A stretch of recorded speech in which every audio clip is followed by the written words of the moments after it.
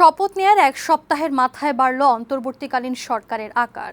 শুক্রবার আরও 4 জন উপদেষ্টার শপথ নিয়েছেন। তারা হলেন সাবেক মন্ত্রিপরিষদ সচিব আলী ইমাম মজুমদার, অর্থনীতিবিদ ওয়াহিদ উদ্দিন মাহমুদ, সাবেক সচিব মোহাম্মদ ফাউজুল কবির খান ও সাবেক সেনা কর্মকর্তা অবসরপ্রাপ্ত লেফটেন্যান্ট জেনারেল জাহাঙ্গীর আলম চৌধুরী। বঙ্গভবনে তাদের শপথ পড়ান রাষ্ট্রপতি মোহাম্মদ শাহাবুদ্দিন।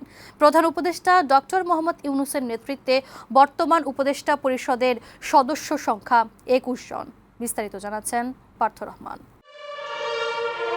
ছাত্র জনতার অভ্যুত্থানের পর দেশে 17 সদস্যের অন্তর্বর্তী সরকার গঠিত হয় গত 8 আগস্ট। এর 7 দিন পর উপদেষ্টা পরিষদে যুক্ত হলেন আরও 4 জন সদস্য।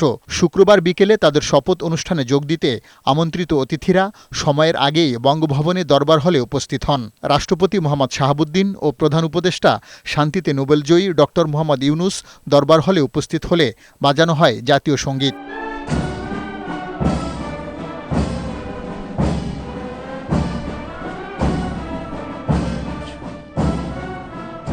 প্রধান উপদেষ্টা ডক্টর মোহাম্মদ ইউনূসের পরামর্শে রাষ্ট্রপতি 4 জন উপদেষ্টা নিয়োগ দেন।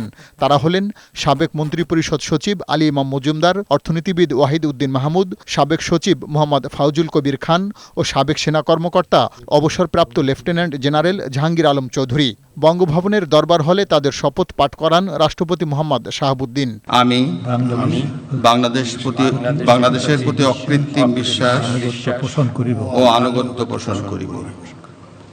আমি সংবিধানের রক্ষণ, সমর্থন ও নিরাপত্তা বিধান করিব। শপথ শেষে নথিতে স্বাক্ষর করেন নতুন উপদেষ্টারা। শপথ অনুষ্ঠানে উপস্থিত ছিলেন প্রধান উপদেষ্টা এবং অন্যান্য উপদেষ্টারা, 3 বাহিনীর প্রধান, ঊর্ধ্বতন সরকারি কর্মকর্তা ও আমন্ত্রিত বিশিষ্ট নাগরিকরা।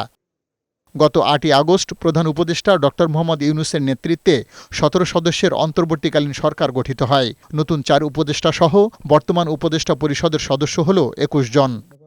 পার্থ রহমান, বৈশাখী সংবাদ, ঢাকা।